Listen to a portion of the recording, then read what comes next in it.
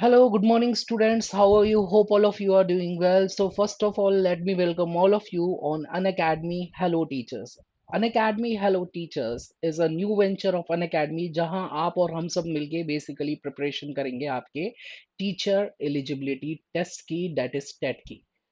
So it's a new channel of Unacademy. So first of all आप जल्दी से इस चैनल को सब्सक्राइब कर लीजिएगा जिससे आपको नई नई इन्फो और नई नई आपको वीडियोस मिलती रहेंगी related to your teaching exam, जिसमें आपके सारे स्टेट के टेट कवर किए जाएंगे.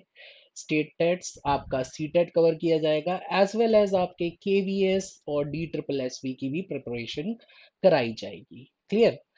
Second thing, first of all, let me introduce myself. Bhavani Singh Jadhavan. I have done my BSc and Masters in Biotechnology with an aggregate of 90%. I have a teaching experience of more than 10 years offline and 2 years of online teaching, where I have mentored more than 10,000 students of various exams, which is already mentioned over here in the slide.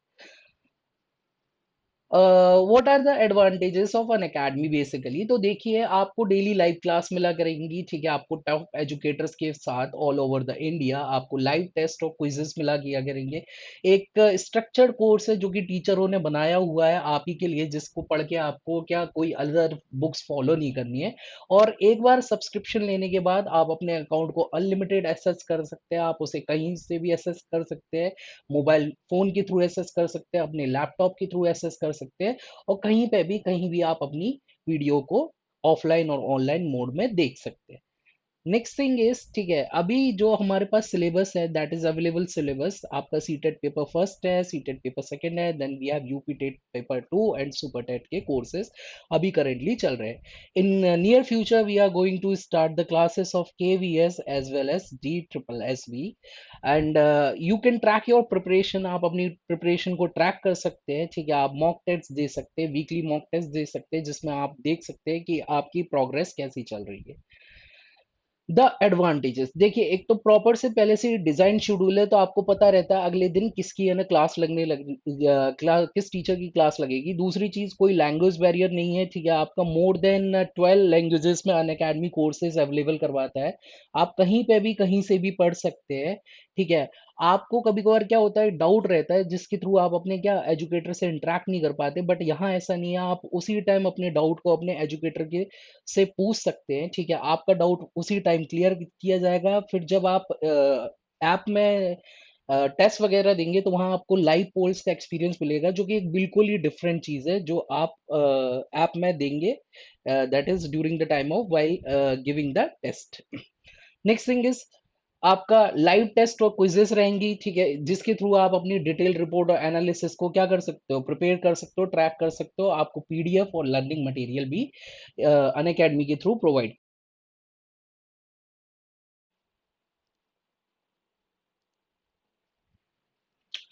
Talking about the course, ठीक है, आपके पास बहुत सारे option available है, but I would like to prefer you the course of 24 months. Because कोई भी exam के लिए एक मिनिमम प्रिपरेशन जो चाहिए होती है वो 1 से 2 साल चाहिए होती है. तो आप 24 मंथ्स का कोर्स खरीद सकते हैं, जो कि बेसिकली है 7,200 रुपये का. बट अगर आप मेरा कोड यूज करते हैं भवानी, तो इस पे आपको 10% का ऑफ मिलने के बाद ये हो जाता है कितने का, 6,480 का. जो कि अगर हम मंथली देखें, 270 रुपये है, जो 270 रुपये आप नॉर्मली आपके मोबाइल रिचार्ज से भी क्या है, कम है. Fine. So let us start the series of NCERT Quizomania. I am Bhavani Singh Jadon. ठीक है, हम आपकी प्रिपरेशन करवाएंगे किसके, C TET paper first environmental science की and C TET paper second में बायोलॉजी की. क्लियर. यहाँ पे हमारी एक नई सीरीज है, that is NCERT quizomania 1.0. That is basically related to the questions of biology. और एनसीईआरटी क्विजोमेनिया 2.0 वो आपकी रिलेटेड रहेगी क्वेश्चंस ऑफ एनवायरमेंटल साइंस से. क्लियर. सो अगर हम बात करें एक स्ट्रेटेजी की कि हमें कैसे किस तरह से प्रिपरेशन करनी है सीटेट एग्जाम को क्रैक करने के लिए, तो पेपर फर्स्ट की अगर हम बात करें तो आपको थर्ड क्लास, फोर्थ क्लास और फिफ्थ क्लास की एनसीईआरटी पढ़नी है. साथ ही साथ आपको कुछ एक्स्ट्रा नॉलेज होनी चाहिए कुछ टॉपिक्स की. बेसिकली ये टॉपिक्स है आपके कौन कौन से, जैसे कि आपका एनिमल्स हुआ, ठीक है, आपकी जंतु हुए, डिजीज हुई, आपका रोग हुआ, ठीक है, देन आपका पॉल्यूशन हुआ, प्रदूषण हुआ, देन आपका प्लांट्स और एनिमल्स, पौधे एवं जंतु और न्यूट्रिशन, जो कि आपका सीटेट आपको अलग से सिलेबस में देता है। इसी के साथ साथ आपको पढ़ना है क्या, थर्ड क्लास, फोर्थ क्लास और फिफ्थ क्लास की एनसीईआरटी। पेपर सेकंड की अगर बात करें तो सिक्स, सेवन्थ, एट्थ की एनसीईआरटी हमको पढ़नी है। साथ ही साथ साइंस स्टूडेंट है आप, तो आपको थोड़ा सा पास्ट नॉलेज भी होना चाहिए, बिकॉज कुछ क्वेश्चन आपके कभी कभार एक्स्ट्रा में पूछ लिए जाते हैं। ठीक है, so let us start NCERT quizomania 1.0 for biology. ठीक है, तो फर्स्ट क्वेश्चन है, the process which together perform the maintenance jobs are. ठीक है, life proceedings, life processes, life maintenance, none of the above. आपको वो प्रतिक्रिया बतानी है जो आपका डेली का, पूरे दिन का रख रखाव का काम करती है। इन प्रक्रियाओं को क्या कहते हैं, जीवन की कार्यवाही कहते हैं, जीवन प्रक्रिया कहते हैं, जीवन निर्वाह कहते हैं, उपयुक्त में से कोई नहीं। तो फर्स्ट ऑफ ऑल, जो हमारी डेली लाइफ में एक्टिविटीज चल रही है, डेली एक्टिविटीज, इन डेली एक्टिविटीज में, इन दैनिक दिनचर्या में कईयों सारी हमारी बॉडी के अंदर एक्टिविटीज चल रही है। दैनिक गतिविधियों में कईयों सारी आपकी क्या चल रही है, गतिविधियां चल रही है। जस्ट लाइक हमारी बॉडी के अंदर चल रहा है क्या, डाइजेशन, पाचन क्रिया। हमारी बॉडी में चल रहा है क्या, एक्सक्रीशन, उत्सर्जन क्रिया। हमारी बॉडी के अंदर चल रहा है आपका सर्कुलेशन, परिसंचरण किया। तो मैं इनको अलग से नाम ना बुला के, मैंने इन सबको मिला जुला के बोल दिया कि हमारी बॉडी में इन सारी क्रियाओं का योग चल रहा है, और इन सारी क्रियाओं के योग को हम बोलते हैं अपनी मेटाबॉलिज्म, दैट इज उपापचयी क्रिया। ठीक है, तो उपापचयी क्रियाओं में होता क्या है, बेसिकली आपकी दो चीजें होती है, या तो कोई दो छोटी छोटी चीजें मिलके एक बड़ी चीज बना देती है, या फिर एक बड़ी चीज कोई छोटी छोटी चीजों में टूट जाती है। ठीक है, तो ऐसी रिएक्शन, ऐसी क्रियाएं जिनमें आपकी क्या होती है, दो छोटी छोटी चीज मिलके बड़ी चीज बना रही है, इनको हम बोलते हैं एनाबॉलिक रिएक्शंस, अपचयी क्रिया। ठीक है, एना से याद करिए, एक आना मिलके दो आना बनते हैं। और ऐसी रिएक्शन जिसमें बड़ी चीजें मिलके छोटी चीजें बना रही है, उनको हम बोलते हैं क्या, कैटाबॉलिक रिएक्शन, उपचयी क्रिया है। और एनाबॉलिक और कैटाबॉलिक को अगर हम मिला दे तो आपकी बॉडी में चल रही है क्या, उप अपचयी क्रिया, दैट इज मेटाबॉलिक रिएक्शन। और ये जो आपकी सारी बॉडी की ये जो रिएक्शंस है, डेली लाइफ प्रोसेसेस है, डाइजेशन, एक्सक्रीशन, सर्कुलेशन, ये आपका सम होता है, योग होता है किसका, मेटाबॉलिज्म रिएक्शन का। तो answer to this question is B, that is जीवन की प्रक्रिया। Clear. Next thing is question number second. The reactions are dash reactions are some of the most common chemical means to break down molecule. A. Oxidizing. B. Reducing. C. Oxidizing and reducing. D. None of the above. ठीक है, dash मतलब आपको एक रिक्त स्थान दिया, अणुओं को तोड़ने के लिए सबसे आम रासायनिक प्रतिक्रिया साधनों में से कुछ है। ए ऑक्सीकरण, बी उपचयन, सी ऑक्सीकरण उपचयन, डी उपरोक्त में से कोई नहीं। देखिए, बेसिकली अगर हम बात करें, आपकी ऑक्सीडेशन की क्या परिभाषा होती है, दैट इज उपचयन। तो ऑक्सीडेशन कईयों जगह लिखा रहता है कि भैया ऑक्सीजन ऐड हो जाए। ठीक है, किसी रिएक्शन में इलेक्ट्रो नेगेटिव एटम ऐड हो जाए। ठीक है, बट जो आपकी नई डेफिनेशन होती है, वो आप जैसे इमेज में देख पा रहे हो, that is loss of electron. ये आपकी सीटेट में पूछा भी गया है कि उपचयन की डेफिनेशन क्या है, that is loss of electron. वही रिडक्शन की डेफिनेशन क्या है, that is gain of electron. ठीक है, तो आपकी नेचर में कईयों सारी ऐसी रिएक्शन है जिनमें क्या होता है, ऑक्सीडेशन भी होता है, उपचयन भी होता है, प्लस रिडक्शन भी होता है, अपचयन भी होता है। ऐसी रिएक्शन को, ठीक है, हम केमिस्ट्री में बुलाते हैं आपका क्या, रिडॉक्स रिएक्शन, दैट इज उप अपचयी क्रियाएं या फिर प्रतिक्रियाएं।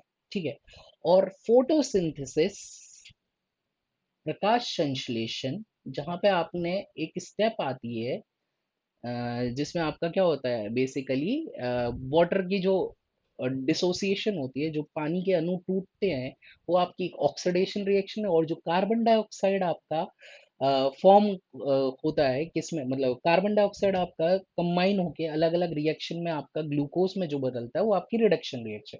तो एक तो प्रकाश संश्लेषण आपकी क्या है, प्रकाश संश्लेषण आपकी क्या है, दैट इज फोटोसिंथेसिस आपकी क्या है, एक आपकी ये आपकी क्या है, दैट इज रिडॉक्स रिएक्शन। दूसरा आपका जो आपका रेस्पायरेशन है, श्वसन क्रिया, ये भी आपका क्या है, एक रिडॉक्स रिएक्शन है। ठीक है, बट तो फोटोसिंथेसिस में तो क्या होता है, फॉर्मेशन होता है बेसिकली चीजों का, बट रेस्पायरेशन में क्या होता है, बेसिकली ब्रेक डाउन होता है चीजों का। ठीक है, तो क्वेश्चंस के अकॉर्डिंग अगर हम देखें तो आपसे पूछा गया है कि भाई ऐसी कौन सी रिएक्शन है जिसके अंदर जो केमिकल्स होते हैं, कॉमन केमिकल्स होते हैं, वो basically mean to break down molecule, वो आपकी मॉलिक्यूल्स को ब्रेक करने का काम करते हैं। तो ऐसी रिएक्शन का एक एग्जांपल है आपका कौन सा, रेस्पायरेशन, जिसमें आपका क्या होता है बेसिकली, ग्लूकोज जो है वो ऑक्सीजन की प्रेजेंस में ऑक्सीडाइज होके, ठीक है, आपका क्या हो जाता है, ब्रेक हो जाता है। बट इस रिएक्शन में बीच में कई जगह हाइड्रोजन का भी एडिशन होता है, या फिर मैं कहूँ गेन ऑफ इलेक्ट्रॉन भी होता है, तो इसलिए ये आपकी रेस्पिरेशन एक रिडॉक्स रिएक्शन है। तो यहाँ पे क्या होता है, 6CO2 6H2O प्लस साथ में निकल जाती है आपकी क्या, एनर्जी। ठीक है, तो answer to this question is C, ऑक्सीकरण एंड उपचयन। Clear. Now question number third, the process of acquiring oxygen from outside the body. देखो लिखा क्या गया, ऑक्सीजन आ रही है कहाँ से, आउटसाइड ऑफ बॉडी से, मतलब ये आ रही होगी आपकी कहाँ से, एटमॉस्फेयर से। ठीक है, और एटमॉस्फेयर में आप सबको पता है ऑक्सीजन की कंसंट्रेशन हम बताते हैं 21, जो कि एक्चुअल में 21 नहीं है, it is 20 point something. Clear. And use it in the process of breakdown of food sources for cellular needs।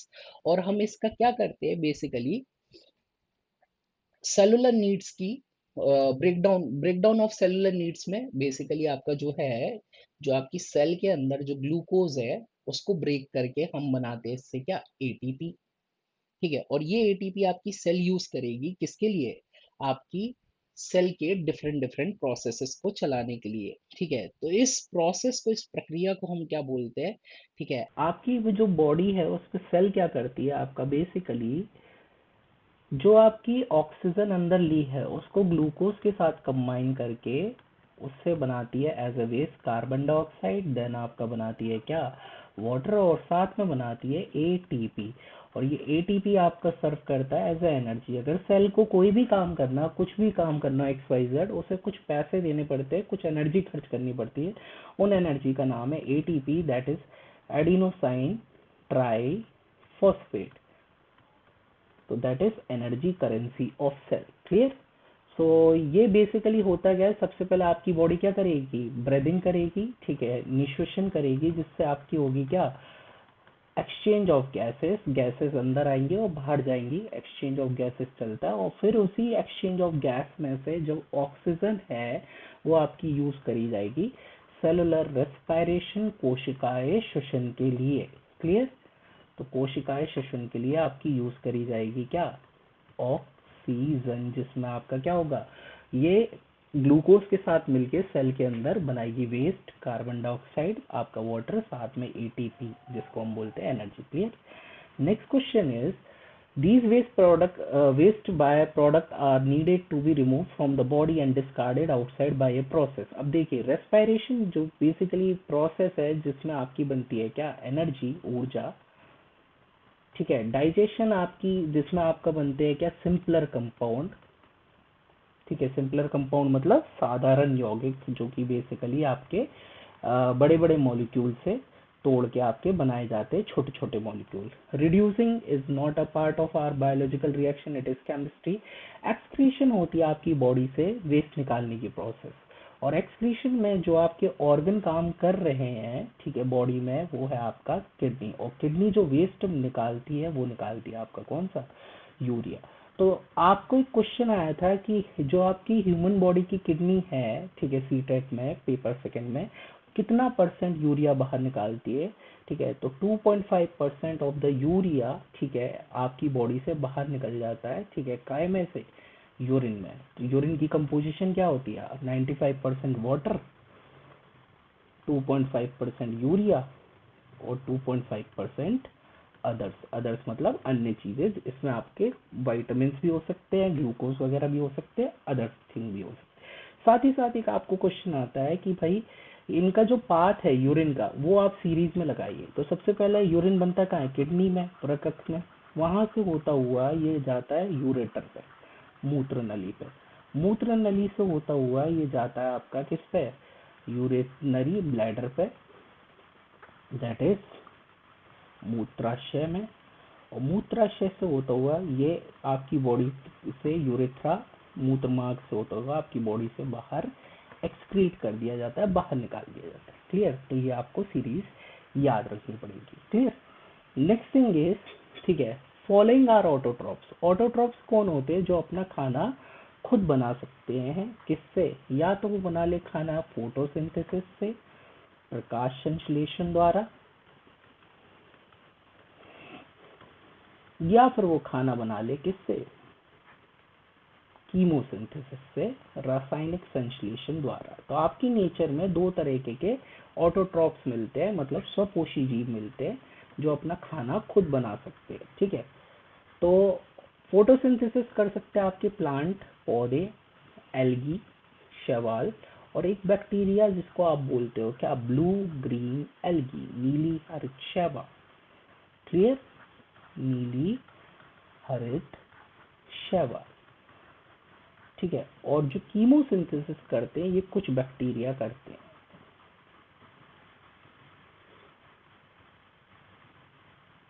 जैसे आपने नाइट्रोजन फिक्सिंग बैक्टीरिया सुने होंगे, वो आपकी क्या करते हैं, कीमोसिंथेसिस करते हैं। तो ये दोनों ही आपके क्या है, ग्रीन प्लांट्स और बैक्टीरिया, ये दोनों ही आपके क्या, ऑटोट्रॉफिक ऑर्गेनिज्म है। एंजाइम्स आपके बायोमोलिक्यूल्स होते हैं, तो ये आंसर नहीं हो सकता, तो आंसर इज सी। क्लियर? तो ऑटोट्रॉफिक में बेसिकली आपको प्लांट का बताया है कि ये जो प्लांट की लीव्स हैं इसमें छोटे छोटे छेद होते हैं, इनको हम बोलते हैं स्टोमेटा। इन्हीं स्टोमेटा से कार्बन डाइऑक्साइड अंदर आ जाती है प्लांट में। ठीक है, वाटर जो है वो आपकी रूट के थ्रू होता हुआ, जाइलम के थ्रू होता हुआ आपकी लीफ तक आ जाती है। ठीक है, देन जब केमिकल रिएक्शन चलती है फोटोसिंथेसिस की, तो इसमें सनलाइट और क्लोरोफिल भी पार्टिसिपेट करते हैं। तो कुछ ये रिएक्शन रहती है, that is 6CO2 plus 12H2O in the presence of sunlight, सूर्य का प्रकाश, और आपका एक ग्रीन कलर का पिगमेंट जिसको हम बोलते हैं क्लोरोफिल, हरित लवक। और ये बना देता है आपका क्या, ग्लूकोज, प्लस साथ में बना देता है आपका क्या, 6 ऑक्सीजन, जो कि ये क्या है, वेस्ट है प्लांट के लिए। आपके लिए ये भले ही यूजफुल है, बट प्लांट का ये वेस्ट है। ठीक है, और साथ में आपका वाटर। ठीक है, तो ये आपका बन गया फूड, किसका, प्लांट का। ठीक है, यही फूड आपका प्लांट में स्टोर होता जाता है, और स्टोर होकर के ग्लूकोज आपका चेंज हो जाता है किसमें, स्टार्च में। क्लियर? इसलिए आप बोलते हो आलू में स्टार्च है, चावल में स्टार्च है। क्लियर? तो ये आपकी फोटोसिंथेसिस की रिएक्शन दी हुई है ऑटोट्रॉफ पार्ट की। Clear? Next question is, following is true for heterotrophs. अब जैसे ऑटोट्रॉप्स अपना खाना खुद नहीं बना सकते, खुद बना सकते हैं, वैसे हेटरोट्रॉप्स अपना खाना क्या करते हैं, खुद नहीं बना सकते। They have to depends on other, इनको दूसरों पे निर्भर होना पड़ता है। तो हेटरोट्रॉप सर्वाइवल डिपेंडेंट डायरेक्टली और इनडायरेक्टली ऑन ऑटोट्रॉप। सही बात है भाई। ठीक है, डायरेक्टली आपके ऑटोट्रॉप पे डिपेंडेंट है और इनडायरेक्टली भी डिपेंडेंट है। कैसे? जैसे कि आपका घास खाई किसने, घास खाई किसने, हम्म, घास को खा लिया आपका किसने, गोट ने। जैसे ये चलो डायग्राम में गोट, और इस गोट को खा लिया किसने, आपका जो लाइन है उसने आपका गोट को खा लिया, जो शेर है। तो देखिए, प्लस हो सकता है कि एक चीज और कंडीशन ले लेते हैं, एक और चीज समझते हैं। एक तो ग्रास है, हम लोग ग्रास, कुछ ग्रासेस हैं हमारी जिनको हम खा सकते हैं, जैसे कि बनाना। बनाना इज द लार्जेस्ट हर्ब, वो ग्रास फैमिली में ही आती है। ठीक है, तो बनाना है, तो आपने बनाना खा लिया। ठीक है, आपने बनाना खा लिया, प्लस मेरे को मुर्गी मिली, हैन मिली। ठीक है, वो हैन का एग आया, वो भी मैंने क्या कर लिया, खा लिया, ह्यूमंस ने खा लिया। बट ये हैन ने भी तो कहीं से खाना लिया होगा, तो हैन ने खाना लिया होगा कहाँ से, ग्रासेस से। तो आप डायरेक्टली भी कहाँ, प्लांट पे डिपेंड कर रहे हो, और इनडायरेक्टली भी आप कैसे, प्लांट पे ही डिपेंडेंट कर रहे हो। बिकॉज अगर प्लांट नहीं होंगे तो इनको खाना नहीं मिलेगा, इनको खाना नहीं मिलेगा, तो मुर्गी अंडे नहीं देगी, और अंडे नहीं मिलेंगे तो आपको भी खाना नहीं मिलेगा। प्लस अगर ये नहीं हुआ तो आप डायरेक्ट प्लांट्स से प्रोडक्ट नहीं खा सकते। इसलिए ह्यूमंस का जो फूड का न्यूट्रिशन टाइप है वो कैसा है, ओमनीवोरस, हम सर्वाहारी है, हम सब कुछ खा सकते हैं। क्लियर?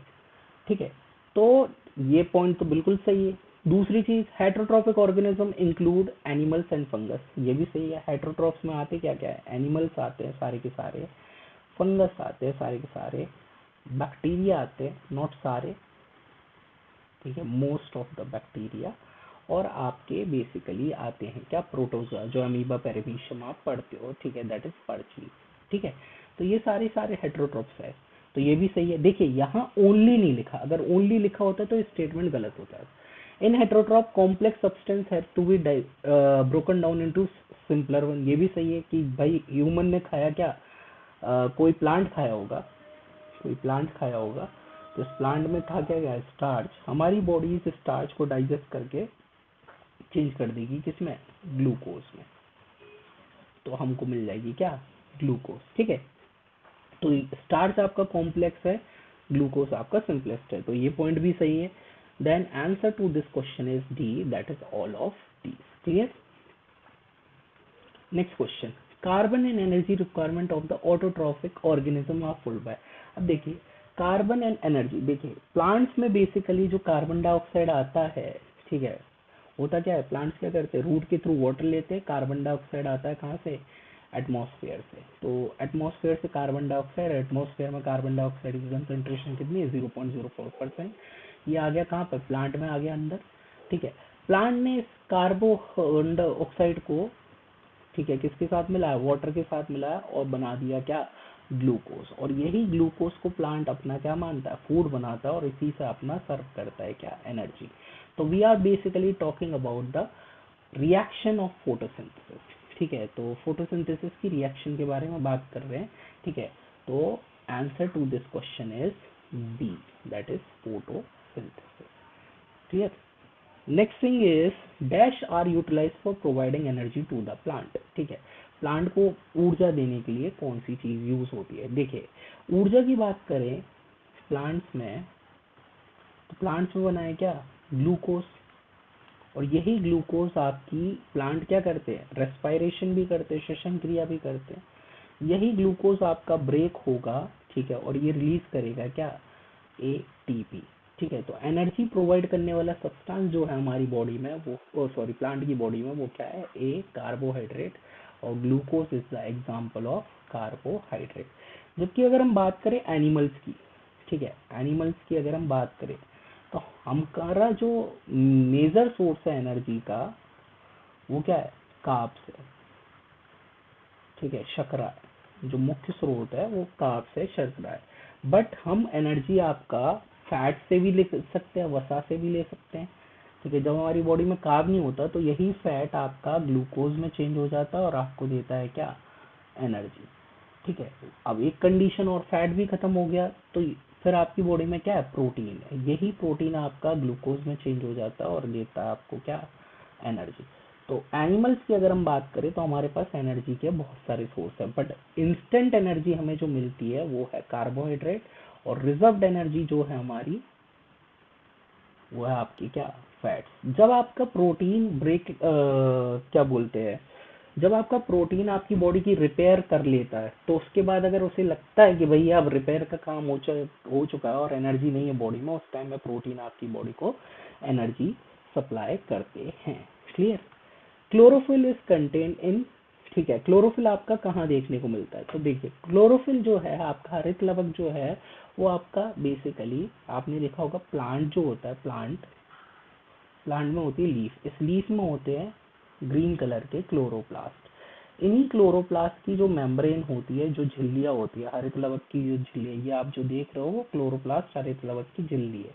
इसी झिल्ली पे ये आपकी जो ग्रीन, ये जो पूरा स्ट्रक्चर दिख रहा है, ये आपका क्या है, क्लोरोफिल, हरित लवक, जिसका काम क्या होता है, ये फोटोसिंथेसिस में सबसे पहले लाइट को एब्जॉर्ब करता है। ठीक है, लाइट एब्जॉर्प्शन। बट ठीक है, यहाँ तो आंसर क्या हो गया इस क्वेश्चन में, आंसर इज ए। ठीक है, but if I talk about, ठीक है, ज़ेरोफाइट्स, जो आपके मरुस्थलीय पौधे होते हैं, उनमें पत्तियां तो होती नहीं, तो वहां मरुस्थलीय पौधों में मोस्टली जो मरुस्थलीय पौधे है, जस्ट लाइक कैक्टस, नागफनी, तो इसके पास पत्ती तो है नहीं। ठीक है। बट अगर कुछ मरुस्थलीय पौधों की बात करें, जैसे डेजर्ट ओक, उस पे तो पत्ती है, वहां तो क्लोरोफिल पत्तियों में मिल जाएगा। कैक्टस के पास पत्ती तो है नहीं, तो यहाँ जो आपका क्लोरोफिल है वो आपका स्टेम में देखने को मिलेगा, ठीक है। बट ये मॉडिफिकेशन है, ये रूपांतरण है, नॉर्मली ये आपका देखने को नहीं मिलता। Clear. Next thing is the tiny pores present on the surface of leaves are known as, ठीक है। आपका जो पौधे होते हैं, पौधे की जो पत्तियां होती हैं, उन पत्तियों के ऊपर जो छोटे छोटे छेद होते हैं उनको क्या कहा जाता है? तो जैसे कि ये पत्ती है, ठीक है, इस पत्ती के ऊपर क्या छोटे छोटे ऐसे स्मॉल पोर्स है, इन स्मॉल पोर्स को हम बोलते हैं क्या? स्टोमेटा। ठीक है, स्टोमेटा मतलब रंध्र, ठीक है। इनका काम क्या होता है? ये गैसेस एक्सचेंज करने का काम करते हैं। तो अगर आपके ऑप्शन में पहला ऑप्शन ये दिख जाए गैसेस एक्सचेंज, ठीक है, दैट इज गैसों का आदान प्रदान, बिना सोचे आंख बंद करे आंसर मार दीजिएगा गैसेस एक्सचेंज। बट इनका अदर फंक्शन भी होता है, ये ट्रांसपायरेशन में भी मदद करते हैं, पादप बाष्पोत्सर्जन में भी मदद करते हैं, पादप बाष्पोत्सर्जन, और तीसरा ये गटेशन बिंदु स्राव में भी मदद करते हैं, ठीक है। तो ये तीनों जगह मदद करते हैं। तो अगर ऑप्शन हो ऑल ऑफ द अबव, तब तो आप ऑल ऑफ द अबव लगा देंगे। बट अगर ऑप्शन हो ये और चौथा ऑप्शन हो नन, तो आप पहला जो प्रेफरेंस देंगे वो देंगे गैसेस एक्सचेंज को, ठीक है। गैसेस एक्सचेंज के लिए, आपकी गैसों के आदान प्रदान के लिए स्टोमेटा आए थे। अब इनसे होने लगा क्या? ट्रांसपायरेशन भी होने लगा, गटेशन भी होने लगा, तो that is a different thing, ठीक है। स्टोमेटा जो है आपके, वो डे में खुलते हैं और नाइट में कैसे हो जाते हैं? क्लोज हो जाते हैं, ठीक है। ये दिन के टाइम पे आपका जो है ये ओपन रह जाते हैं, खुल जाते हैं, और नाइट के टाइम पे आपका क्या हो जाते हैं? क्लोज हो जाते हैं, बंद हो जाते हैं। बट जो ज़ेरोफाइट है, मरुस्थलीय पौधे जो है, मरुस्थलीय पौधे जैसे अभी बताया था आपका कैक्टस, ये हो जाता है डे के टाइम में कैसा? क्लोज, और नाइट के टाइम में हो जाता है ये कैसा? ओपन, ठीक है। ऐसा क्यों? ताकि पानी के लॉस को बचाया जा सके। क्लियर। तो that is about the stomata. इनका फंक्शन है गैसेस एक्सचेंज, और ये छोटे छोटे छेद होते हैं। Following used in photosynthesis taken up from the soil by the root in terrestrial plant, ठीक है। जो जमीन पे रहते हैं पौधे, देखिए जमीन से बेसिकली आते हैं आपके क्या? एक तो आपका आ रहा है क्या? जमीन से वाटर आपको दिख रहा है, ठीक है। नेक्स्ट थिंग इज, ऑप्शन में क्या है? तो वाटर है भाई ऑप्शन में, ठीक है। मैग्नीशियम, नाइट्रोजन, ये सारे मिनरल्स है, और सॉइल के अंदर ही आपका क्या? मैग्नीशियम होता है और नाइट्रोजन होता है, बट ये नाइट्रोजन नाइट्रेट के फॉर्म में होता है, बिकॉज प्लांट एनिमल सब नाइट्रेट के फॉर्म में यूज करते हैं। तो ये और ये भी आपका मिनरल्स है, ये चले जाएंगे किसमें? वाटर के थ्रू डिजोल्व होके रूट्स के थ्रू प्लांट के अंदर, ठीक है। बचा आपका ऑप्शन डी, तो answer is D, all of the above. आपका सारी चीजें आपकी रूट के थ्रू होते हुए, ठीक है, आपका पहुंचती है टेरेस्ट्रियल प्लांट में, ठीक है। बट जो कार्बन डाइऑक्साइड है वो आती है आपकी एटमॉस्फेयर से। Clear. Next thing is example of some organism that break down the food material outside the body and then absorb it. A fungi, B yeast, C mushroom and D all of the above. अब देखिए basically हम लोगों के अंदर चलता है जो digestion, जो हम सारे लोग हैं, इस डाइजेशन को बोलते हैं इंट्रासेलुलर, ठीक है, मतलब अंतर कोशिकाएं। बट कुछ ऐसे ऑर्गेनिज्म है जो एक्स्ट्रा सेलुलर डाइजेशन करते हैं, क्यों? क्योंकि इनके पास डाइजेस्टिव सिस्टम नहीं होता है, तो बाह्य कोशिका है, ठीक है। तो एक्स्ट्रा सेलुलर डाइजेशन परफॉर्म कर रहे हैं, इनके पास आपका एक proper well developed digestive system नहीं है। तो ये क्या करते हैं? अपनी बॉडी से एंजाइम रिलीज करते हैं ऑन बॉडी, ठीक है, ऑफ एनिमल्स, जंतुओं के शरीर पर एंजाइम रिसावत। और ये एंजाइम क्या करते हैं? इस फूड को, इस बॉडी को धीरे धीरे, ये आप देख रहे हो इमेज में, ठीक है, पहले नॉर्मल बॉडी थी, धीरे धीरे क्या कर रही है? गलती जा रही है, सड़ाने लगते हैं। इसी चीज को हम बोलते हैं एक्स्ट्रा सेलुलर डाइजेशन। ये काम हमारी नेचर में करते हैं क्या? डिकम्पोजर्स, अपघटक। और अपघटक में जो जनरली आते हैं वो आते हैं आपका बैक्टीरिया, जीवाणु। तो आपने देखा होगा डेड बॉडी थोड़े दिन में सड़ने लग जाती है, और आपका फंगस, कवक। तो अकॉर्डिंग टू द क्वेश्चन जो ऑप्शंस हैं, fungus, east, mushroom, all of the above, ये फंगस तो पूरी फैमिली हो गई, ईस्ट भी फंगस है, मशरूम भी फंगस है, तो ये आंसर हो गया D, all of the above, उपरोक्त सभी। ठीक है। Next question is the example of some organism which derive nutrition from plants or animals without killing it। ठीक है भाई, हम क्या मार नहीं रहे हैं, ठीक है, बट हम उसके ऊपर डिपेंड है, और हम क्या कर रहे हैं, बेसिकली उसको नुकसान दे रहे हैं और उसको कोई फायदा नहीं दे रहे। ठीक है, तो अगर आप नुकसान दे रहे हो, फायदा नहीं दे रहे हो, तो ऐसे न्यूट्रिशन को हम बोलते हैं पैरासिटिज्म, परजीविता। ठीक है। अगर आप फायदा भी दोनों, मतलब जो खाने वाला है वो भी फायदा ले रहा है और जो खिलाने वाले वो भी फायदा ले रहा है, ऐसे न्यूट्रिशन को हम बोलते हैं क्या, सिम्बायोटिज्म, दैट इज सहजीविता। ठीक है, तो यहाँ पे क्या है, एक को फायदा हो रहा है, एक को नुकसान हो रहा है, यहाँ पे खाने वाले को भी फायदा है, खिलाने को भी वाले को भी फायदा। अगर आप किसी डेड पे क्या कर रहे हो, बेसिकली डिपेंडेंट हो, तो आप कर रहे हो क्या, सेप्रोफाइटिज्म, मृतोपजीविता। तो ये बेसिकली तीन जनरल टाइप के आपके क्या है, न्यूट्रिशन है। तो इसमें जो खाना खा रहा है उसको तो फायदा, बट जो डेड बॉडी है उसे किसी बात का फायदा और किसी बात का नुकसान नहीं, इसलिए हम उसको जीरो से शो कर रहे हैं। ठीक है। तो example of some organism which derive nutrition from plants और animals without killing them, Cuscuta. ठीक है, ये दूसरे प्लांट पर अमरवेल निपट जाती है, उसका सारा न्यूट्रिशन चूस लेती है। टिक्स की जो आपकी कील नहीं रहती है, ये भी आपका खून चूसती है। जोंक, ये भी आपका खून चूसते हैं, बट ये कभी मारते नहीं है, तो answer is D, all of the above. Clear. ठीक है, तो ये आपका पैरासाइट है। पैरासाइट हमेशा नुकसान देता है, सिम्बायोसिस में दोनों को फायदा मिलता है। ठीक है, आपका ये भी सिम्बायोसिस का ही टाइप है, कमेंसल, इसमें एक को फायदा एक को नुकसान नहीं है। ठीक है, but it is not saprophytism because यहाँ पे कोई चीज डेड नहीं है, दोनों आपकी क्या है, लिविंग है। ये इकोलॉजिकल इंटरेक्शन है। और पैरासिटिज्म, इसमें एक को फायदा है दूसरे को नुकसान। Dash takes in food using temporary finger like projections of the cell surface. ठीक है, ग्रीन प्लांट नहीं, ग्रीन प्लांट में कोई फिंगर लाइक प्रोजेक्शन नहीं होते। फीताक्रमी आपका ऐसा दिखता है, इसमें आपने कोई फिंगर नहीं देखी होगी, नन ऑफ द अबव हो नहीं सकता। बट आपने एक स्ट्रक्चर देखा, अमीबा। अमीबा के पास जब भी कोई भी फूड पार्टिकल आता है, ठीक है, तो वो ये क्या, अपनी ये जो सेल की मेम्ब्रेन है, इसको फिंगर की तरह और पैर की तरह यूज करता है। तो इस मेम्ब्रेन को अपन बोलते हैं सेल मेम्ब्रेन। और ये जो पैर बनाता है, इसको अपन बोलते हैं स्यूडोपोडिया। स्यूडोपोडिया मतलब false, pseudo means false, podia मतलब फीट, तो दैट इज झूठे पैर। तो यही पैरों के थ्रू ये कोई भी फूड पार्टिकल अपने अंदर ले लेता है, फिर ये मेम्ब्रेन यहाँ से क्या हो जाती है, भर जाती है, और ये फूड पार्टिकल इसके अंदर आ जाता है, जिसको डाइजेस्ट करके ये खत्म कर देता है। तो answer to previous question is amoeba. Clear. Next thing is this is basically a long tube extending from the mouth to the anus. ठीक है, अब ये बात कर रहे हैं कि एक ट्यूब है जो कि एक्सटेंड कर रही है कहाँ से, माउथ टू एनस से। ठीक है, तो ये यहाँ से एक्सटेंड कर रही है माउथ से, और ये जा रही है आपके कहाँ पे, यहाँ पे, दैट इज एनस से। ठीक है, और इस ट्यूब को हम जो बोलते हैं वो बोलते हैं एलिमेंट्री कैनाल, पाचन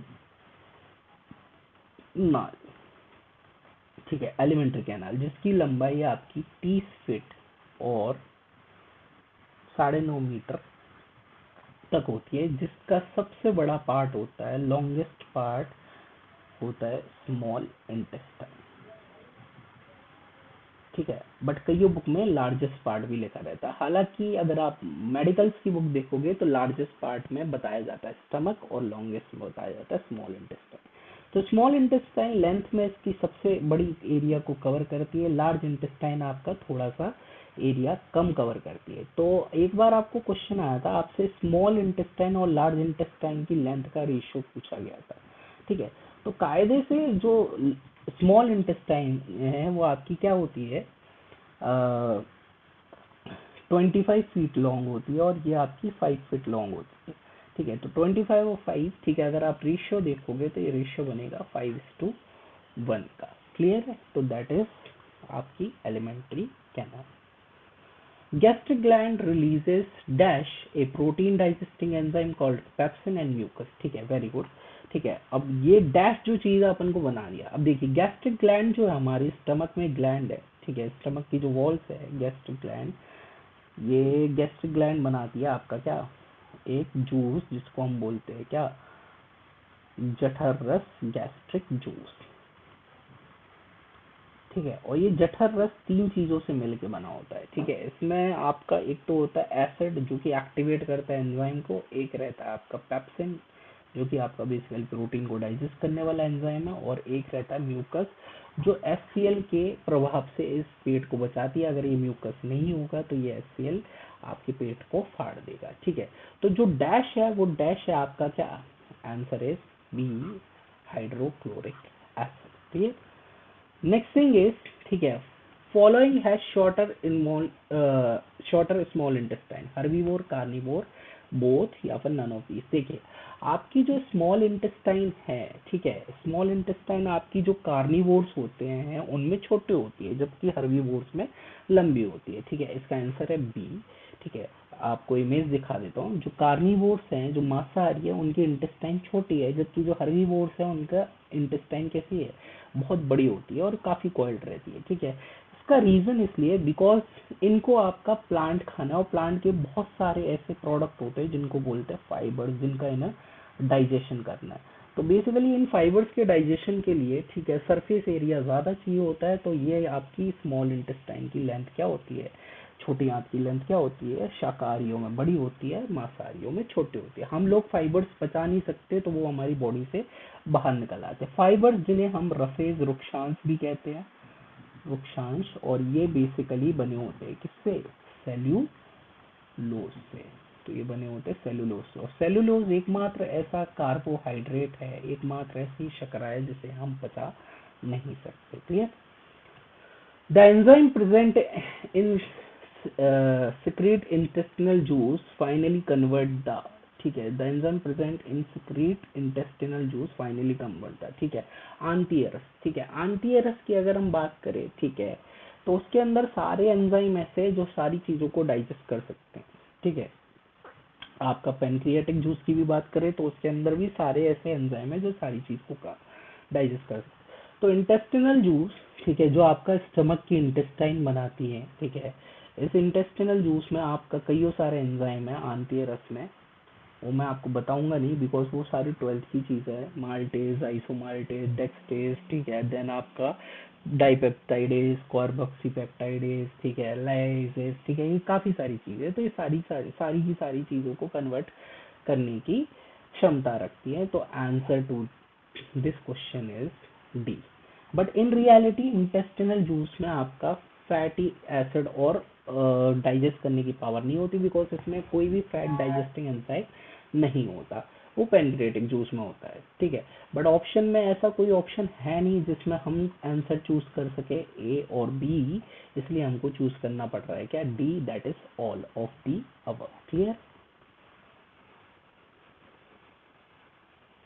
ग्लूकोज इज है, ठीक है। अभी आपने थोड़ी देर पहले एक रिएक्शन देखी थी, C6H12। आपसे पूछा गया कितने कार्बन होते हैं ग्लूकोज में, तो कितने कार्बन है, C6, ठीक है। अब ग्लूकोज, ठीक है, ग्लूकोज जो है, ग्लूकोज के जैसा ही आपका एक मॉलिक्यूल है फ्रक्टोज, और इनके जैसा ही एक मॉलिक्यूल है गैलेक्टोज। तीनों का जो फॉर्मूला है वो सेम ही है, दैट इज C6H12O6। ऐसे मॉलिक्यूल जिनका फॉर्मूला सेम हो बट उनकी क्या गुण, कौन कौन से फिजिकल प्रॉपर्टीज और केमिकल प्रॉपर्टीज अलग अलग हो, ऐसे मॉलिक्यूल्स को हम बोलते हैं क्या, आइसोमर्स, समरूपक। या फिर मैं कहूँ ऐसे मॉलिक्यूल जिनका आपका क्या मॉलिक्यूलर फॉर्मूला सेम हो, ठीक है, इनका आणविक जो फलांक है वो समान हो, जबकि इनका जो रासायनिक संरचना है वो अलग अलग हो, ऐसे मॉलिक्यूल्स को हम बोलते हैं, ऐसे अणुओं को हम बोलते हैं isomers, clear. Pyruvate is a carbon molecule, ठीक है। देखिए जब आपका बेसिकली होता क्या है रेस्पिरेशन के टाइम पे, ठीक है, जो ग्लूकोज है C6H12O6 वो पहले चेंज होती है किसमें, पायरुवेट में, एक साइकिल में, जिस साइकिल का नाम होता है ग्लाइकोलाइसिस। और ये जो ग्लाइकोलाइसिस साइकिल है ये सेल के कहाँ चलती है, साइटोप्लाज्म में चलती है, कोशिका द्रव्य में चलती है, ठीक है। अब जो ग्लूकोज है वो आपका 6 कार्बन का कंपाउंड है, पायरुवेट आपका 3 कार्बन का कंपाउंड है। ये पायरुवेट फिर एंट्री मारता है पावर हाउस में, पावर हाउस होता है माइटोकॉन्ड्रिया, और माइटोकॉन्ड्रिया में एंट्री मारने के बाद ये फॉलो करता है एक साइकिल जिसको हम बोलते हैं क्रैब साइकिल, क्रैब चक्र, ठीक है, जहाँ ये बनाता है कार्बन डाइऑक्साइड, साथ में आपका वाटर और साथ में आपका एनर्जी, ठीक है। तो आपसे पूछा गया है ग्लूकोज कितने कार्बन का कंपाउंड है, 3 कार्बन का। ओ सॉरी, ग्लूकोज कितने कार्बन का कंपाउंड है, 6 कार्बन का। तो पायरुवेट जो है, जो टूटने से बना है किससे, ग्लूकोज के, वो कितने कार्बन का है, 3। तो एक क्वेश्चन आया था एक ग्लूकोज से कितने पायरुवेट मॉलिक्यूल बनेंगे, तो एक पायरुवेट में 3, ठीक है, और ग्लूकोज से ही टूट के बना है, तो ये अलग जब हो जाएगा तो एक C3 और एक C3, तो मतलब कितने पायरुवेट बनेंगे, 2। तो answer to this question is कि भैया पायरुवेट जो है वो आपका 3 कार्बन का कंपाउंड है, that is 3। Next question is the process of breaking molecules in absence of oxygen. देखिए, जो रेस्पिरेशन होता है, श्वसन क्रिया, वो 2 टाइप की होती है। एक तो ऑक्सीजन की प्रेजेंस में चलने वाली, ऑक्सीजन प्रेजेंस, और एक ऑक्सीजन एब्सेंट। तो जो ऑक्सीजन प्रेजेंस है इसको हम बोलते हैं एरोबिक, वायवीय। बट जो ऑक्सीजन एब्सेंट है इसको हम बोलते हैं एनारोबिक, अवायवीय। यहाँ आपका बनता है carbon dioxide plus water plus energy. यहाँ आपका लैक्टिक एसिड प्लस एनर्जी भी बन सकती है, प्लस साथ ही साथ में दूसरी रिएक्शन में आपका alcohol plus carbon dioxide plus energy भी बन सकती है, ठीक है। तो यहाँ के अलग अलग कंपोनेंट देखने को मिलते हैं किसमें, एरोबिक में। तो ऐसी रिएक्शन जिनमें आपका ऑक्सीजन इन्वॉल्व नहीं होती, ऐसे रेस्पिरेशन को हम बोलते हैं, sorry not B, C, anaerobic respiration, अवायवीय श्वसन। Clear. Next thing is haemoglobin is present in, haemoglobin आपका एक रेस्पिरेटरी पिगमेंट है, ठीक है। हीमोग्लोबिन आपका क्या है, रेस्पिरेटरी पिगमेंट है, इसको एचबी से शो करते हैं, ठीक है। ये आपका ऑक्सीजन के साइड बाइंड करके, ठीक है, बना लेता है कंपाउंड जिसको हम बोलते हैं ऑक्सी हीमोग्लोबिन, इसी को आप प्योर ब्लड भी बोल देते हो। और ये आपका कार्बन डाइऑक्साइड के साथ कंबाइन करके बना देता है कार्ब अमीनो हीमोग्लोबिन, जिसको आप अपना इम्प्योर ब्लड भी बोलते हो, ठीक है। और एक हीमोग्लोबिन मॉलिक्यूल, ठीक है, एक हीमोग्लोबिन मॉलिक्यूल 4 ऑक्सीजन के साथ बाइंड कर सकता है। ये सारे के सारे हीमोग्लोबिन प्रेजेंट होते हैं रेड ब्लड सेल के अंदर। तो जब रेड ब्लड सेल डिस्ट्रॉय होती है, इसका प्रोटीन अलग चला जाता है और इसका आयरन अलग चला जाता है। हीमोग्लोबिन है क्या एक्चुअली में, हीम मतलब होता है iron, protein that is globular protein. तो यही ग्लोबुलर प्रोटीन आपका बेसिकली बिलिरुबिन बिलिवर्डिन की फॉर्मेशन करता है। हीम आपका वापस से लिवर यूज कर लेता है नई आरबीसी वगैरह के सिंथेसिस के लिए, ठीक है। तो answer to this question is red blood cell.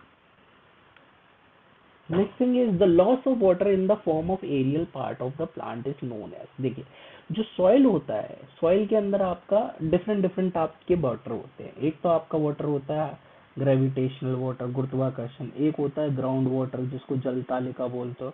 एक होता है एरिड वाटर जिसको वाष्पीय जल बोलते हैं। एक बोलते हैं कैपिलरी वाटर, केशिकाय जल, ठीक है। तो डिफरेंट डिफरेंट टाइप के वाटर होते हैं। अब जो आपका बेसिकली प्लांट को कौन सा पानी मिलता है, इसमें से प्लांट को मिलता है कैपिलरी वाटर। ये आपका रूट इसे एब्जॉर्ब करती है और होता हुआ ये प्लांट की लीफ तक पहुंच जाता है। बट ये जो पानी होता है कैपिलरी वाटर, ये सॉइल में आपका केवल 2% होता है। इस 2% का भी 98% आपका क्या होता है, ये पानी प्लांट की लीफ पे छोटे छोटे छेद होते हैं, जैसा कि आपको इमेज में दिख रहा है, वहां से होता हुआ बाहर निकल जाता है। इस प्रक्रिया को हम बोलते हैं ट्रांसपायरेशन, ठीक है। ट्रांसपायरेशन वाष्पोत्सर्जन, ठीक है, इसी को हम प्लांट में क्या बोलते हैं, नेसेसरी ईविल, ठीक है। नेसेसरी ईविल क्यों, क्योंकि आपका एक तो 2% था क्या, केशिकाय पानी, उस 2% का भी 98% लॉस हो गया, किससे, ट्रांसपायरेशन से। नेसेसरी इसलिए कॉज इसी प्रक्रिया के थ्रू जो पानी है वो पंप की तरह खिंच पाता है पौधों के अंदर, ठीक है। तो इसलिए कभी कोई क्वेश्चन करे नेसेसरी इविल कौन है, आंसर इज ट्रांसपायरेशन, ठीक है। किसमें, प्लांट के केस में। हमारे केस में, एनिमल्स के केस में नेसेसरी इविल फैट्स, वसा को बोलते हो। Answer is a. The transport of soluble product of photosynthesis is called, ठीक है। फोटोसिंथेसिस का जो सॉल्युबल प्रोडक्ट है स्टार्च, ठीक है। मतलब फोटोसिंथेसिस में बनता है स्टार्च। अब स्टार्च क्या एक्चुअली में इंसॉल्युबल होता है, तो ये स्टार्च चेंज हो जाता है थोड़ी देर के लिए सुक्रोज में, और ये सुक्रोज के फॉर्म में ट्रांसफर होता है कहाँ से, लीफ से, through different part of plant, ठीक है। और ये जो ट्रांसपोर्ट करने का काम करती है वो करती है क्या, फ्लोएम, ठीक है, फ्लोएम। तो देखो जा से जल और जा से जाइलम, तो वाटर का ट्रांसपोर्ट कर रही है जाइलम, फा से फूड और फा से फ्लोएम, तो फूड का ट्रांसपोर्ट कर रहा है कौन, फ्लोएम, ठीक है। तो ये जो फूड है उसको हम बोलते हैं क्या, बेसिकली स्टार्च, बट ये ट्रांसपोर्ट होता है सुक्रोज के फॉर्म में, क्यों, क्योंकि स्टार्च इंसॉल्युबल होती है, ठीक है। और इस प्रक्रिया को हम बोलते हैं डी ट्रांसलोकेशन, और लीव से वो different different part stem root में जा रही है, तो इसको हम बोलते हैं ट्रांसलोकेशन, हिंदी में अनुवादन, ठीक है। ये आपकी इमेज है, ये जाइलम है आपकी ट्रांसपोर्ट कर रही है, यहाँ फ्लोएम ट्रांसपोर्ट कर रही है। एम्फीबियंस और many reptiles have chambered heart. देखिए हार्ट के चैम्बर की बात करें, ह्यूमंस के पास है 4 चैम्बर, या फिर मैं कहूँ मैमल्स के पास है 4 चैम्बर, ठीक है। बर्ड्स के पास है 4 चैम्बर, क्रोकोडाइल के पास है 4 चैम्बर, देन आपका एलिगेटर के पास है 4 चैम्बर। अब कायदे से जितने भी रेप्टाइल्स हैं उनको होते हैं इनकम्प्लीट 4, बट एनसीईआरटी पर जाती है कि एम्फीबियंस जो है, मेंढक वगैरह, और जो रेप्टाइल्स जो हैं आपके, उनके पास होते हैं 3 चैम्बर, और 2 चैम्बर हार्ट होता है आपके फिशेस के पास, क्लियर। तो आपसे पूछा गया एम्फीबियंस और रेप्टाइल्स में कितने चैम्बर होते हैं, तो आंसर इज 3। एम्फीबियन के तो 3 ही होते हैं, बट रेप्टाइल्स के इनकम्प्लीट 4 होते हैं, बट एनसीईआरटी में पुराना डाटा दिया हुआ है, ठीक है। तो पुराना डाटा दिया हुआ है, तो अपन को वही याद रखना है, ठीक है। Dash are the vessels which carry blood away from the heart. देखिए वेसल्स के नाम पे 2 वेसल्स है, एक है आपकी आर्टरी, धमनी, जिसका काम क्या है, ब्लड को हार्ट से दूर ले जाना, तो हार्ट टू ऑर्गन ले जाती है। और एक है वेन्स, वेन्स जिसका काम क्या है, ब्लड को हार्ट की तरफ ले जाना, तो ऑर्गन से हार्ट की तरफ ले जाएगी। तो आपसे पूछा गया है कि भैया ये बताओ ब्लड को, ठीक है, हार्ट से ऑर्गन की तरफ कौन ले जा रही है, ठीक है। तो answer is artery, that is धमनिया, ठीक है। तो ये देखिए ये आर्टरी है रेड वाली, ये ऑर्गन की तरफ जा रही है, बट ये जो नीली वाली वेन्स ये हार्ट की तरफ जा रही है। और लार्जेस्ट आर्टरी, सबसे बड़ी आर्टरी जो है, सबसे बड़ी धमनी हमारी बॉडी की, वो है अयोर्टा, महाधमनी। और लार्जेस्ट वेन जो है आर्टरी और वेन, ठीक है। सबसे बड़ी धमनी और सबसे बड़ी शिरा, जो सबसे बड़ी शिरा जो है वो है आपकी क्या, वेना कावा, दैट इज महाशिरा, clear. ATP can be use in the cell for. देखिए सेल सारे काम करने के लिए क्या करती है, एटीपी यूज करती है, ठीक है। और ये एटीपी बेसिकली आपका सारे काम करेगी, कॉन्ट्रेक्शन ऑफ मसल, हाँ, प्रोटीन सिंथेसिस भी, कंडक्शन ऑफ नर्व इम्पल्स भी। So answer to this question is D, ठीक है। तो कोई भी आप काम करो बॉडी में, चाहे वो एक्सटर्नल हो चाहे इंटरनल हो, सारे काम के लिए पैसा लगता है, उसे हम बोलते हैं ATP. The when which clean blood from the lungs into the heart. देखिए हमने कथन पढ़ाया, ऑल आर्टरी, सारी आर्टरी जो है वो कैसा ब्लड ले जाती है, प्योर। और ऑल वेन वो कैसा ले जाती है, इम्प्योर। बट इन दोनों स्टेटमेंट के क्या कुछ अपवाद है, एक्सेप्शन है, ठीक है। एक्सेप्शन जैसे कि नंबर 1, ठीक है, पल्मोनरी आर्टरी, फुफ्फुसीय शिरा, ये ले जाती है प्योर ब्लड, यही लाती है लंग से हार्ट की तरफ। और number 2, pulmonary vein, sorry, pulmonary artery, ये ले जाती है किसा, इम्प्योर ब्लड, और ये ले जाती है ब्लड आपका कहाँ से, हार्ट से लंग की तरफ, ताकि उसमें वापस से ऑक्सीजन मिलाया जा सके। तो ये जो आपको दो दिख रही हैं, ये आपकी पल्मोनरी आर्टरी है, यहाँ इस साइड में दो, इस साइड में दो। और ये जो, सॉरी, पल्मोनरी वेन है, और ये जो दिख रही है आपको, एक ये और एक ये आपकी क्या है, पल्मोनरी आर्टरी है, ठीक है। तो answer to this question is, that is pulmonary vein A. Next thing is, sometimes we get painful cramps in our leg muscle after running for a long time. जब आप ज़्यादा दौड़ रहे होते हो तो उस टाइम आपकी बॉडी एनर्जी यूज़ कर रही होती है, एक टाइम के बाद आपकी बॉडी में क्या ऑक्सीजन की सप्लाई कैसी हो जाती है, लिमिट हो जाती है। तो जब आपकी बॉडी में ऑक्सीजन सप्लाई लिमिट हो जाए तो उस टाइम पे, ठीक है, आपकी जो बॉडी है वो एनारोबिक रेस्पिरेशन फॉलो करती है और बना देती है एक एसिड, जिस एसिड का नाम है लैक्टिक एसिड, साथ में 2 एटीपी मॉलिक्यूल भी निकाल देती है। ये लैक्टिक एसिड जहां भी इकट्ठा हो गया ये दे देगा आपको क्या, क्रैम्प, दर्द। तो कोई भी क्वेश्चन करे जो कि आया हुआ है सीटेट में, मांसपेशी के दर्द के लिए कौन सा एसिड रेस्पॉन्सिबल है, दैट इज लैक्टिक एसिड। ठीक है, तो ये जैसे कि आपने देखा होगा कई लोग ऐसे बैठे रहते हैं कि एक तो चोट लगने से दर्द होता है, एक एक्सरसाइज के बाद आपका क्या दर्द होने लगता है, तो इसको हम बोलते हैं क्रैम्प्स। ठीक है, और ये cramps is due to lactic acid. ठीक है, लैक्टिक अम्ल की वजह से। Clear? So follow me on Unacademy. ठीक है, माई सब भवानी सिंह जादौन। ठीक है, and this is our new channel of Unacademy hello teacher, जहाँ पे आपको मिलेंगे टेट और उससे रिलेटेड जितने भी टीचिंग एग्जाम है उनके लिए बेस्ट एजुकेटर्स, साथ ही साथ आपको बेस्ट कंटेंट और बेस्ट वीडियो मिलेंगे। सो लाइक अस, शेयर अस, सब्सक्राइब अस। ठीक है, और अगर आपको कोर्स खरीदना है तो आप मेरा रेफरल कोड यूज कर सकते हैं, भवानी। साथ ही साथ आप मुझे टेलीग्राम पर फॉलो कर सकते हैं, EBS and bio by Bhavani sir. तो till then, have a nice day, good day, take care, thank you.